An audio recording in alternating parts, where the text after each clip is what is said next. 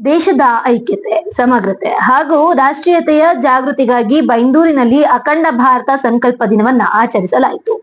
ಹಿಂದೂ ಜಾಗರಣ ವೇದಿಕೆ ವತಿಯಿಂದ ಆಯೋಜಿಸಿದ ಕಾರ್ಯಕ್ರಮದ ಅಂಗವಾಗಿ ಬೃಹತ್ ಪಂಜಿನ ಮೆರವಣಿಗೆ ಹಾಗೂ ದೇಶಭಕ್ತಿ ಕಾರ್ಯಕ್ರಮ ನಡೆಯಿತು. ಕಾರ್ಯಕ್ರಮದಲ್ಲಿ ಶಿವಮೊಗ್ಗ ಸಂಸದ ಬಿವೈ ರಾಘವೇಂದ್ರ ಭಾಗವಹಿಸಿ ದೇಶದ ಐಕ್ಯತೆ ಮತ್ತು ಅಖಂಡತೆಯ ಸಂದೇಶ ಸಾರಿದರು. ಬೈಂದೂರು ಕ್ಷೇತ್ರದ ಶಾಸಕ ಗುರುರಾಜ್ ಗಂಟಿಹೊಳೆ, ಹಿಂದೂ ಸಂಘಟನೆಗಳ ಪ್ರಮುಖರು, ದೇಶಪ್ರೇಮಿ ಯುವಕರು ಸೇರಿದಂತೆ ಅಪಾರ ಸಂಖ್ಯೆಯಲ್ಲಿ ಸಾರ್ವಜನಿಕರು ಕಾರ್ಯಕ್ರಮದಲ್ಲಿ ಪಾಲ್ಗೊಂಡಿದ್ದರು. ಇನ್ನು ದೇಶದ ಅಖಂಡತೆ, ಸಮಗ್ರತೆ ಹಾಗೂ ಸ್ವಾಭಿಮಾನವನ್ನ ಎತ್ತಿ ಹಿಡಿಯುವ ನಿಟ್ಟಿನಲ್ಲಿ ಯುವಜನತೆ ಸದಾ ಮುಂಚೂಣಿಯಲ್ಲಿರಬೇಕು ಎಂಬ ಸಂದೇಶ ಕಾರ್ಯಕ್ರಮದಲ್ಲಿ ಪ್ರತಿನಿಧಿಸಿತು.